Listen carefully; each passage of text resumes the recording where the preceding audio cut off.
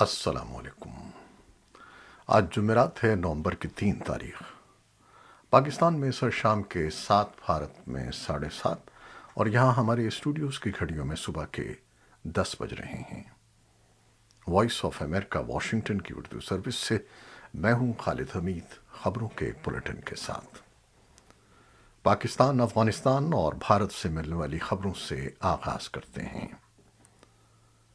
پاکستان تحریک انصاف کے long march پر وزیر آباد کے قریب ہونے والی فائرنگ کے نتیجے میں ایک شخص ہلاک، جبکہ عمران خان اور دیگر پارٹی رہنماؤں سمیت 10 افراد زخمی ہو گئے ہیں۔ ریسکیو 1122 کے مطابق زخمی ہونے والوں میں عمران خان، سینیٹر فیصل جاوید، احمد چٹھا، علی زیدی، سابق گورنر سندھ عمران اسماعیل اور تحریک انصاف کے مقامی رہنما ایس اے حمید بھی شامل ہیں۔ فائرنگ کے فوراً بعد عمران خان کو کنٹینر سے ان کی بلٹ پروف گاڑی میں لاہور کے شوکت خانم ہسپتال میں منتقل کر دیا گیا۔ پی ٹی آئی کے رہنما اسد عمر نے تصدیق کی ہے کہ ایک گولی عمران خان کی ٹانگ میں لگی ہے اور انہیں طبی امداد کے لیے لاہور منتقل کیا گیا ہے۔ ARY نیوز سے بات کرتے ہوئے اسد عمر نے کہا کہ فائرنگ سے پی ٹی آئی کے رہنما احمد چٹھا کو کئی گولیاں لگی ہیں، جبکہ مینیجر راشد بھی شدید زخمی ہیں۔ انہوں نے کہا کہ جس وقت فائرنگ ہوئی وہ عمران خان کے کنٹینر کے نزدیک ہی موجود تھے۔ پولیس نے ایک شخص کو موقع سے اسلحے سمیت حراست میں لے لیا ہے۔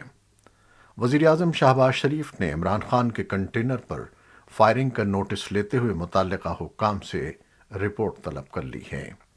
شہباز شریف نے واقعے کی مذمت کرتے ہوئے آئی جی پنجاب، چیف سیکرٹری اور دیگر متعلقہ حکام سے رپورٹ طلب کر لی ہے۔ عمران خان کے کنٹینر پر فائرنگ پر رد عمل دیتے ہوئے مسلم لیگ نون کے رہنما احسن اقبال نے کہا کہ وہ اس واقعے کی شدید مذمت کرتے ہیں۔ سیاست میں تشدد کی کوئی گنجائش نہیں ہے۔ عمران خان کے ایک کنٹینر پر فائرنگ کرنے والے حملہ آور فیصل بٹ نے پولیس کو دیے گئے بیان میں کہا ہے کہ اس نے صرف عمران خان کو مارنے کی نیت سے فائرنگ کی تھی۔ حملہ آور کا مزید کہنا تھا کہ عمران خان لوگوں کو گمراہ کر رہے تھے اور اذان کے دوران کنٹینر پر موسیقی چلائی جا رہی تھی جس پر انہیں رنج تھا۔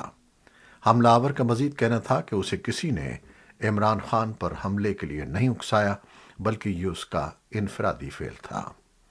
عمران خان پر حملے کے بعد وائس آف امریکہ کی سارہ حسن سے گفتگو کرتے ہوئے تحریک انصاف کے وائس چیئرمین شاہ محمود قریشی نے کہا کہ یہ بزدلانہ اور قاتلانہ حملہ تھا۔ لانگ مارچ کے مستقبل کے حوالے سے شاہ محمود قریشی کا کہنا تھا کہ حقیقی آزادی کی جستجو جاری تھی اور جاری رہے گی، تاہم مارچ کے آئندہ کے لائحہ عمل کا فیصلہ عمران خان کریں گے۔ ان کا کہنا تھا کہ وہ ورکرز سے کہیں گے کہ غم و غصے کی کیفیت کے باوجود وہ پرامن رہیں۔ چین کے صدر شی جن پنگ نے پاکستان میں چینی شہریوں کے تحفظ کے بارے میں اپنی بڑی تشویش کا اظہار کیا ہے اور پاکستان کے وزیراعظم شہباز شریف سے اس امید کا اظہار کیا ہے کہ ان کا ملک وہاں مختلف منصوبوں پر کام کرنے والے چینی اداروں اور اہلکاروں کے لیے قابل اعتماد اور محفوظ ماحول فراہم کرے گا۔ شہباز شریف کی حکومت چینی حکام کو چین پاکستان اقتصادی راہداری یعنی سی پیک پر کام تیز کرنے کے لیے قائل کرنے کی کوشش کر رہی ہے، جس کے تحت اب تک تقریباً $25 بلین کی سرمایہ کاری کی جا چکی ہے۔ تاہم ان امور پر نظر رکھنے والے ماہرین کا خیال ہے کہ چینی شہریوں پر پے در پے حملوں کے واقعات نے مختلف منصوبوں پر پیش رفت کو سست کر دیا ہے۔ حکومت پاکستان نے ایک بار پھر چینی شہریوں کو مزید سخت اور بہترین ممکنہ سیکیورٹی کے انتظامات کی یقین دہانی کرائی ہے، جنہیں بلوچ علیحدگی پسند پچھلے کئی سالوں سے ہدف بناتے آ رہے ہیں۔ افغانستان کے لیے ایک امریکی ادارے نے بتایا ہے کہ کابل میں طالبان کے برسر اقتدار آنے کے بعد سے پچھلے 1 سال کے دوران پاکستان کے ساتھ افغانستان کی دوطرفہ تجارت میں مثبت پیش رفت دیکھنے میں آئی ہے۔ سگار نامی مانیٹرنگ ایجنسی کی رپورٹ میں بتایا گیا ہے کہ جولائی سن 2021 سے جون 2022 تک پاکستان اور افغانستان کی دوطرفہ تجارت میں 79 ملین امریکی ڈالر کا اضافہ ہوا ہے۔ سگار کی رپورٹ کے مطابق افغانستان کے لیے پاکستان سے درآمدات میں خوراک، دوائیاں اور لکڑی سر فہرست ہے، جبکہ افغانستان سے پاکستان کی درآمدات میں اب کوئلہ سر فہرست ہے۔ پاکستان روزانہ کی بنیاد پر افغانستان سے 10,000 ٹن کوئلہ درآمد کر رہا ہے۔ دہلی پولیس نے بھارت کی حکمراں جماعت بی جے پی کے میڈیا سیل کے سربراہ امت مالویہ کی شکایت پر نئی دہلی کے معروف میڈیا ادارے دی وائر کے دفاتر اور اس کے مالکان اور ایڈیٹر کی رہائش گاہوں پر چھاپے مارے ہیں اور متعدد اشیاء اور دستاویزات ضبط کر لی ہیں۔ امت مالویہ نے دی وائر کی جانب سے انسٹاگرام کے پلیٹ فارم میٹا پر پوسٹ کیے گئے کچھ مضامین پر یہ کہتے ہوئے اعتراض کیا تھا کہ ان میں ان کے خلاف بے بنیاد باتیں ہیں۔ وائر نے یہ جاننے کے بعد ان مضامین میں کچھ بے بنیاد باتیں ہیں مضامین کو 23 اکتوبر کو ہٹا لیا تھا اور اس پر معافی بھی مانگ لی تھی۔ وائر کے مطابق اس نے ان مضامین کے لیے ایک ریسرچر کی خدمات حاصل کی تھیں جس نے بقول اس کے اسے بدنام کرنے کے لیے فرضی دستاویزات اور ویڈیوز بھیجی تھیں۔ وائر نے اس کے خلاف پولیس میں رپورٹ درج کرائی ہے۔ متعدد میڈیا تنظیموں، انسانی حقوق کے اداروں اور ماہرین قانون کی جانب سے پولیس کارروائی کی مذمت کی جا رہی ہے اور اسے وائر کے صحافیوں کو ہراساں کرنے سے تعبیر کیا جا رہا ہے۔ حکومت صحافیوں کو ہراساں کرنے کے الزام کی تردید کرتی رہی ہے۔ اور اب امریکہ اور دنیا بھر سے اہم خبریں۔ امریکہ کے صدر جو بائیڈن نے اپنے پیشرو ڈونلڈ ٹرمپ پر الزام عائد کیا ہے کہ جمہوریت کو سابق صدر کی جانب سے الیکشن سے انکار پر مبنی جھوٹ اور اس سے تشدد سے خطرہ ہے جسے انہوں نے ہوا دی ہے۔ صدر بائیڈن نے واشنگٹن ڈی سی میں بدھ کی شب ایک انتخابی تقریب سے خطاب کرتے ہوئے کہا کہ سابق صدر کی جانب سے انتخابات چوری کیے جانے کے جھوٹے دعووں نے گزشتہ 2 برسوں کے دوران سیاسی تشدد کو ایندھن فراہم کرنے اور ووٹروں کو خوفزدہ کرنے میں خطرناک حد تک اضافہ کیا ہے۔ صدر بائیڈن نے یہ بیان ایسے موقع پر دیا ہے جب ملک میں وسط مدتی انتخابات میں چند روز باقی رہ گئے ہیں۔ 8 نومبر کو ہونے والے وسط مدتی انتخابات میں 2,70,00,000 سے زیادہ ووٹر پہلے ہی اپنا ووٹ بذریعہ ڈاک ڈال چکے ہیں۔ سابق صدر ڈونلڈ ٹرمپ اور ریپبلکنز پارٹی کے اکثر ارکان یہ اصرار کرتے ہیں کہ سن 2020 کے انتخابات میں ڈیموکریٹس اور صدر ٹرمپ کی کامیابی بڑے پیمانے پر ووٹوں کی دھوکہ دہی کا نتیجہ تھی، جن میں سے زیادہ تر ڈاک کے ذریعے بھیجے گئے تھے۔ روس کے ایک سینئر اہلکار کے مطابق روس نے جمعرات کو کہا کہ اس نے جنوبی یوکرین میں روس کے زیر کنٹرول زاپورژیا جوہری پاور پلانٹ پر یوکرین کے حملے کو روک دیا ہے۔ روسی سلامتی کونسل کے سیکریٹری نیکولائی پیٹروشیف نے جوہری پلانٹ پر شیلنگ کا الزام یوکرین کی افواج پر عائد کرتے ہوئے کہا کہ وہ مغربی ہتھیاروں کا استعمال کر رہے ہیں جو عالمی تباہی کا باعث بن سکتے ہیں۔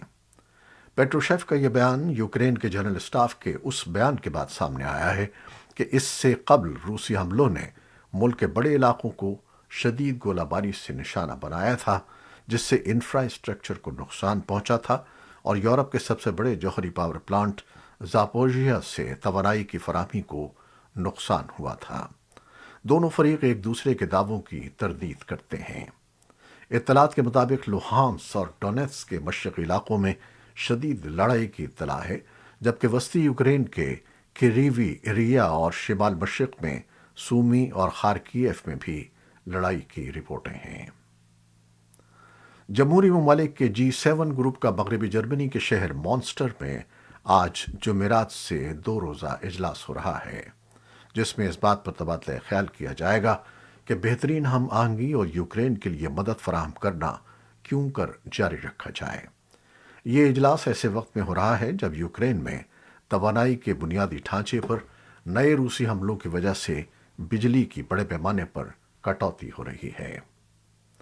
شمالی کوریا نے کم از کم 3 اور میزائل داغ کر ہتھیاروں کے اپنے ٹیسٹوں کے سلسلے میں اضافہ کر دیا ہے، جس میں ایک بین البر اعظمی بیلسٹک میزائل بھی شامل ہے، جس کے نتیجے میں جاپانی حکومت کو انخلا کے الرٹس جاری کرنے اور ٹرینوں کو عارضی طور پر روکنا پڑا۔ شمالی کوریا کی جانب سے جمعرات کی لانچنگ حالیہ مہینوں میں ہتھیاروں کے تجربات کے ایک سلسلے میں تازہ ترین تھی، جس نے خطے میں کشیدگیوں میں اضافہ کیا ہے۔ ایک روز قبل پیونگ یانگ کی جانب سے 20 مزید میزائل داغے گئے تھے، جو کسی ایک دن میں داغے جانے والے اس کے میزائلوں کی سب سے بڑی تعداد ہے۔ امریکہ کی قومی سلامتی کونسل کے ایک بیان کے مطابق امریکہ نے بین البراعظمی میزائل لانچ کی سخت مذمت کی ہے اور اس عزم کا اظہار کیا ہے کہ وہ امریکہ، جنوبی کوریا اور جاپان کی سرزمین کی حفاظت کو یقینی بنانے کے لیے تمام ضروری اقدامات کرے گا۔ امریکی محکمہ خارجہ نے بھی اس لانچنگ کو اقوام متحدہ کی سلامتی کونسل کی قراردادوں کی کھلم کھلا خلاف ورزی قرار دیتے ہوئے اس کی مذمت کی ہے۔ الجیریا میں عرب لیگ کے 31ویں سربراہ اجلاس کے دوسرے اور آخری دن عرب رہنماؤں نے ان دیرینہ مسائل پر اتفاق رائے کی کوشش کی جنہوں نے رکن ملکوں کو تقسیم کر رکھا ہے۔ عرب لیگ کے سربراہ احمد ابو الغیث نے زیر بحث متعدد مسائل کو اجاگر کیا، جن میں دنیا کو متاثر کرنے والی حالیہ سرد جنگ کی فضا اور عرب ریاستوں کو درپیش جاری خوراک کا بحران شامل تھا۔ مصر کے صدر عبد الفتاح السیسی نے کہا کہ عرب دنیا کے کسی ایک حصے میں عدم استحکام دوسرے علاقوں کی عرب ریاستوں کو متاثر کرتا ہے اور خلیج کی سیکیورٹی ہم سب کو متاثر کرتی ہے۔